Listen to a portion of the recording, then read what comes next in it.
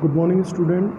आज की वीडियो में हम आगे के न्यूमेरिकल्स को देखेंगे। लास्ट वीडियो में हमने नस्ट इक्वेशंस के कुछ न्यूमेरिकल्स को देखा था, तो आज उसके आगे हम उनको अगले क्वेश्चंस को देखेंगे। यहाँ एक क्वेश्चन है आपका कि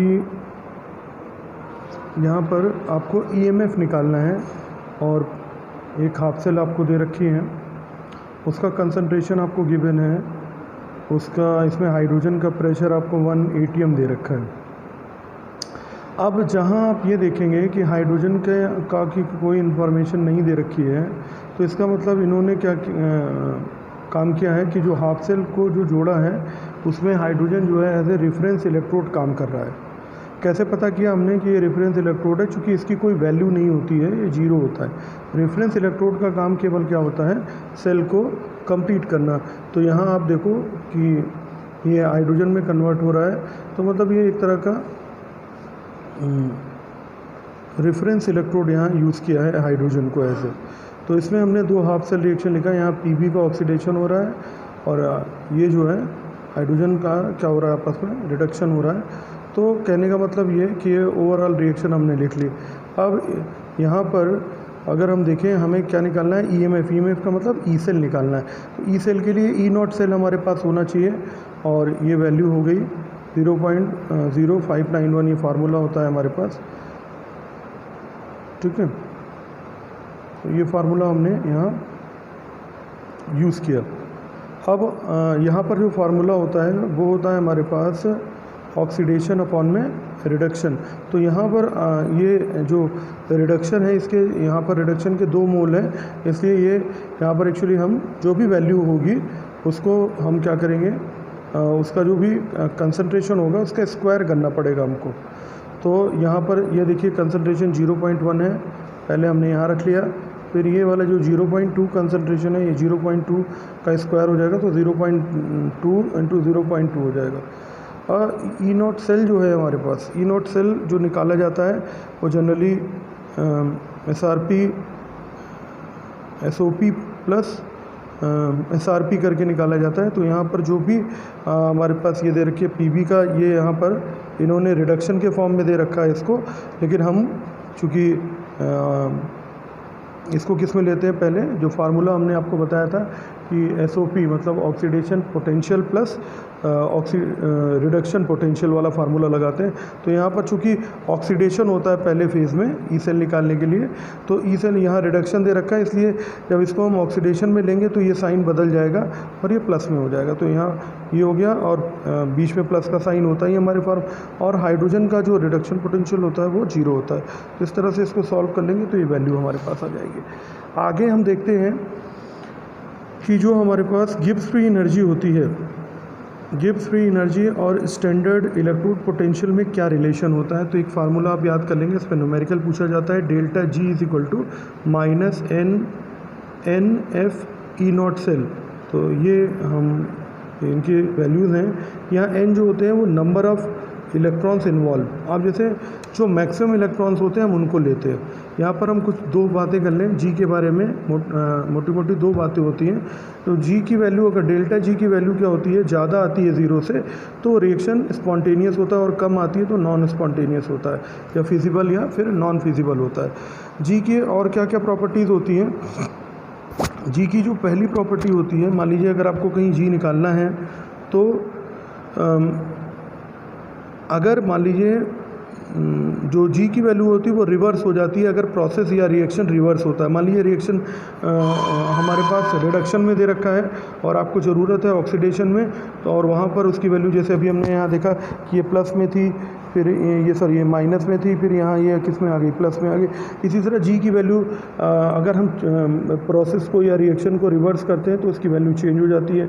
दूसरी इसके अंदर ये खासियत होती है कि इसकी जो प्रॉपर्टीज़ होती हैं वो एक्सटेंसिव प्रॉपर्टीज़ होती हैं, मतलब मास के ऊपर डिपेंड करती हैं। एडिटिव प्रॉपर्टी होती है, इनको हम आपस में जोड़ सकते हैं, ठीक है। और डेल्टा जी की क्या खासियत होती है? डेल्टा जी में भी वही अभी है, सॉरी डेल्टा ई जो होता है अभी मैंने आपको दिखाया कि इसके साइन बदल जाते हैं अगर रिएक्शन का नेचर बदलता है तो। तो इस तरह से ये हम ध्यान रखेंगे। क्या रिलेशन होती है हमारे पास नस्ट इक्वेशन और इक्विलिब्रियम कांस्टेंट में, तो ये फार्मूला है हमारे पास, जहाँ एफ हमारे पास फैराडे कांस्टेंट है और आर की वैल्यू ये सब गिवन है आपको। ये आपका इलेक्ट्रोकेमिकल सेल पूरा हो गया। अब हम बात करेंगे इलेक्ट्रोलिसिस या इलेक्ट्रोलिटिक सेल की। तो जो इलेक्ट्रोलिसिस की प्रोसेस होती है वो जनरली हम इलेक्ट्रोलिटिक सेल की मदद से पूरी कराते हैं। इसमें क्या होता है कि हम जो इलेक्ट्रोड्स होते हैं इनके अंदर इलेक्ट्रोलाइट सॉल्यूशंस में इलेक्ट्रोड्स को डालते हैं, और जब हम उनको इसके अंदर डालते हैं तो उसमें इलेक्ट्रिसिटी प्रोड्यूस होती है, और इलेक्ट्रिसिटी प्रोड्यूस होने के कारण जो इलेक्ट्रोलाइट्स होते हैं वो आपस में डिकम्पोज हो जाते हैं।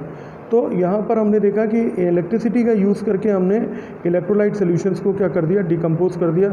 और यहाँ पर जो आप एक मेन देखने वाली चीज़ है, यहाँ पर जो पॉजिटिव टर्मिनल होगा वो किसकी तरह एक्ट करता है, एनोड की तरह, और जो नेगेटिव टर्मिनल होता है वो कैथोड की तरह करता है।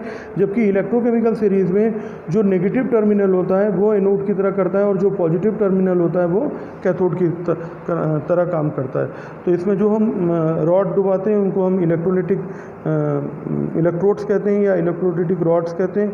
जो सोल्यूशन होता है इसको इलेक्ट्रोलिटिक सोल्यूशंस कहते हैं। इस तरह से आइए डिफरेंस देख लेते हैं इलेक्ट्रोकेमिकल सेल और इलेक्ट्रोलिटिक सेल में। ये जो हमारे पास है ये स्पॉन्टेनियस इन नेचर होती हैं, नॉन स्पॉन्टेनियस होती हैं।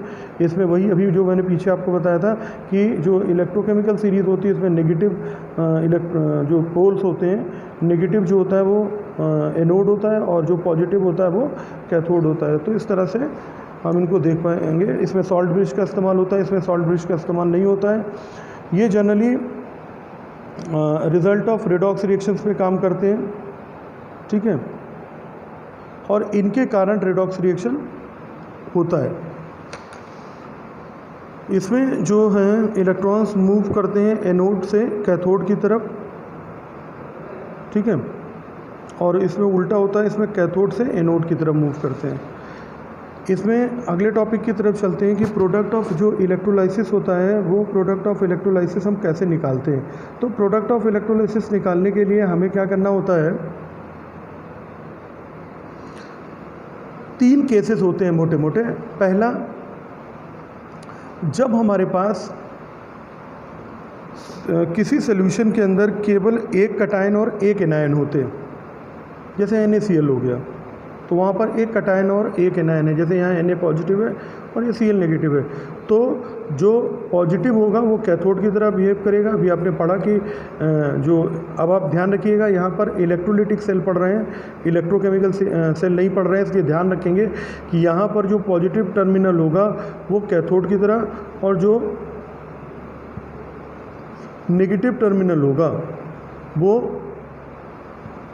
कहाँ जाएगा, मतलब पॉजिटिव वाली चीज़ किस पे जाएगी, नेगेटिव पे जाएगी, और नेगेटिव वाली चीज़ किस पे जाएगी, पॉजिटिव पे डिपॉजिट हो जाएगी। ये ध्यान रखिएगा।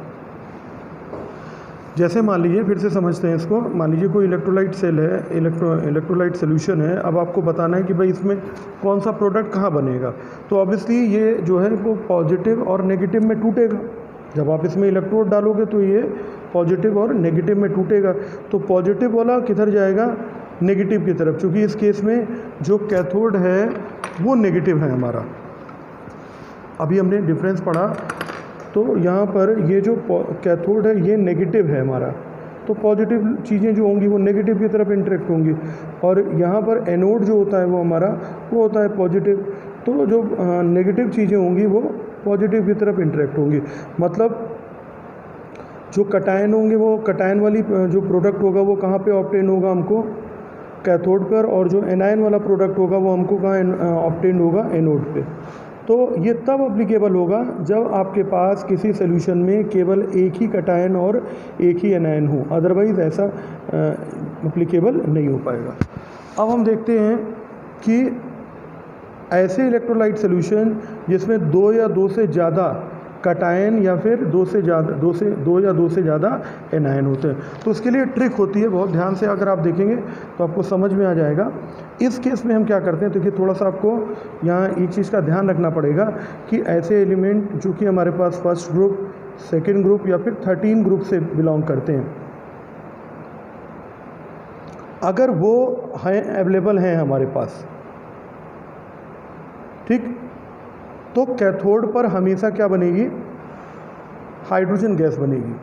और उसका रिएक्शन आप ऐसे लिखेंगे, अभी आगे इसका एग्जांपल लेकर के हम आपको बताते हैं। जैसे H2O है, ये आपको मैं कैथोड की रिएक्शन बता रहा हूँ। जब भी आपको ये कैथोड वाली रिएक्शन लिखनी होगी तो आपको यही रिएक्शन लिखनी पड़ेगी। तो आप इसको लिखते कैसे हैं, जैसे ये मान लीजिए पानी है, तो पानी जो है वो टूटेगा तो किस में टूटेगा, H पॉजिटिव आयन और OH नेगेटिव आयन में टूटेगा। तो यहाँ पर हाइड्रोजन 2 है, इसलिए यहाँ पर भी हमको इसको 2 लेना पड़ेगा। तो ये जब ये 2 हो जाएगा तो यहाँ पर भी ये 2 होना चाहिए। तो इस तरह से ये एक्चुअली यहाँ 2 से मल्टीप्लाई करना पड़ेगा। अब यहाँ आप देखेंगे तो जैसे पानी है, पानी जो होता है हाइड्रोजन H पॉजिटिव और OH नेगेटिव आयंस में मान लीजिए टूट रहा है, तो उस केस में क्या होगा, ये यहाँ पर ये देखिए, या ऐसे देख लेते हैं दूसरी तरह से, ये हाइड्रोजन गैस में टूटा और OH नेगेटिव आयन यहाँ से रिलीज हो गए। तो अब यहाँ पर हमारे पास जो भी आपके पास फर्स्ट ग्रुप, सेकंड ग्रुप या 13 ग्रुप के एलिमेंट्स अवेलेबल होंगे, तो उस केस में जो प्रोडक्ट आपका बनेगा वो हमेशा कैथोड पर हाइड्रोजन गैस बनेगी। जैसे मान लेते हैं CaCl2 है, MgCl2 है, AlCl3 है, तो उस केस में कैथोड पर हमेशा कौन सी गैस बनेगी, कैथोड पर हमेशा हाइड्रोजन गैस बनेगी। ठीक है, जैसे हमसे कहा गया कि भाई एक्वा सोल्यूशन लिया गया है किसका, NaCl का लिया गया है, एक्वा सोल्यूशन लिया गया है KCl का, एक्वा सोल्यूशन लिया गया है CaCl2 का, एक्वा सोल्यूशन लिया है MgCl2 का, एक्वा सोल्यूशन लिया है आपके पास AlCl3 का। तो उस केस में हमेशा जो कैथोड होगा उस पर हमेशा और हमेशा जो प्रोडक्ट बनेगा वो हाइड्रोजन गैस बनेगी। नेक्स्ट वीडियो में हम इसके आगे से कंटिन्यू करेंगे। Thank you.